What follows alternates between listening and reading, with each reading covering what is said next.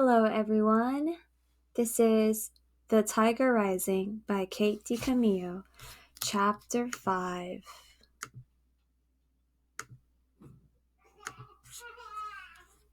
The principal's office was small and dark and smelled like pipe tobacco. The secretary looked up at Rob when he walked in.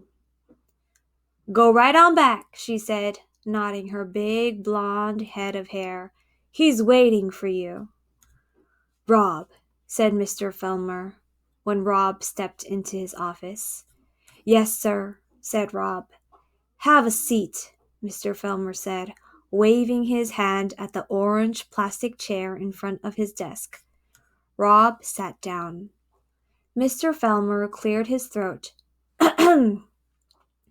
He patted the piece of hair that was combed over his bald head. He cleared his throat again. "Rob, we're a bit worried," he finally said. Rob nodded. This was how Mr. Felmer began all his talks with Rob. He was always worried that Rob did not interact with the other students, worried that he did not communicate, worried that he wasn't doing well in any way at school. "It's about your legs. It's about your, legs. Yes, your legs. Have you been putting that medicine on them?" "Yes, sir," said Rob. He didn't look at Mr. Felmer. He stared instead at the paneled wall behind the principal's head. It was covered with an astonishing array of framed pieces of paper, certificates and diplomas and thank you letters. "May I, look?" asked Mr. Felmer. He got up from his chair and came halfway around his desk and stared at Rob's legs. "Well, sir," he said after a minute. He went back behind his desk and sat down. He folded his hands together and cracked his knuckles. He cleared his throat. "Here's the situation, Rob. Some of the parents, I won't mention any names, are worried that what you've got there might be contagious.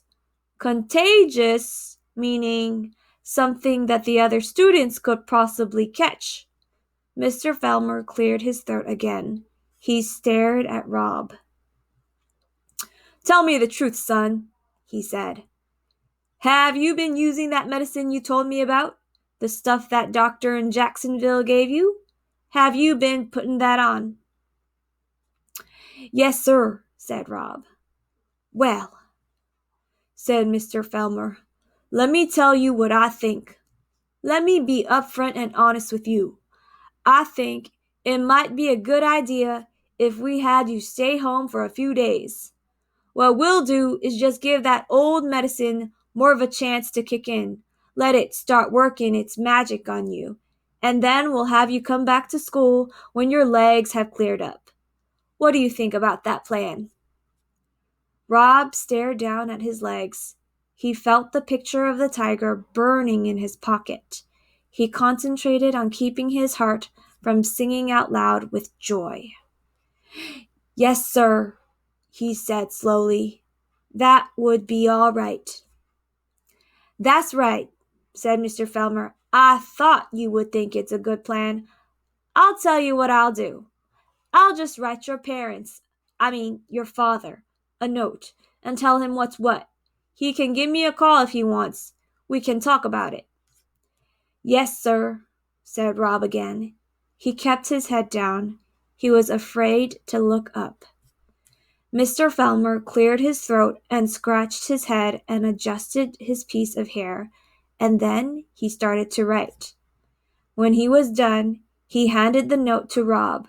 Rob took it, and when he was outside the principal's office, he folded the piece of paper up carefully and put it in his back pocket with a drawing of the tiger. And then finally he smiled. He smiled because he knew something Mr. Felmer did not know. He knew that his legs would never clear up. He was free. And that, my friends, is the end of chapter 5. Thank you for listening. Until we meet again.